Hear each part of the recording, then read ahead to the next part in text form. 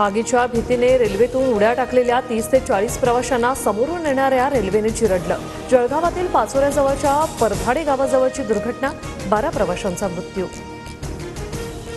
पुष्पक एक्सप्रेसनं अचानक ब्रेक लावल्यामुळे ठिणग्या उडाल्या। आग समजून उड्या टाकलेल्या लोकांना समोरून येणाऱ्या बंगळुरू एक्सप्रेसने उडवलं। मृतांचा आकडा वाढण्याची भीती।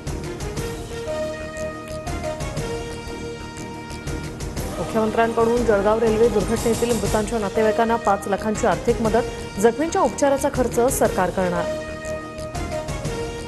पुष्पक एक्सप्रेसची साखळी खेचल्यानंतर काही प्रवासी खाली उतरले, मात्र समोरून येणाऱ्या गाडीचा अंदाज नसल्याने अनेक प्रवाशांना धडक। रेल्वे पीआरओ स्वप्नील लीला यांची माहिती।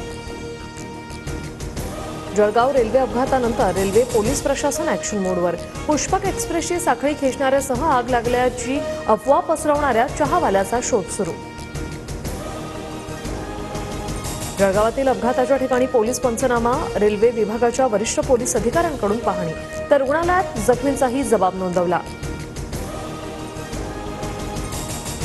चहावाल्याने सांगितलं, आग लागली आणि एक्सप्रेसमधले सर्व प्रवासी घाबरून पळायला लागले।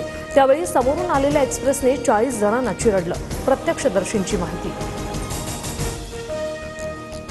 संतोष देशमुख हत्या आणि खंडणी प्रकरणात वाल्मी कराडची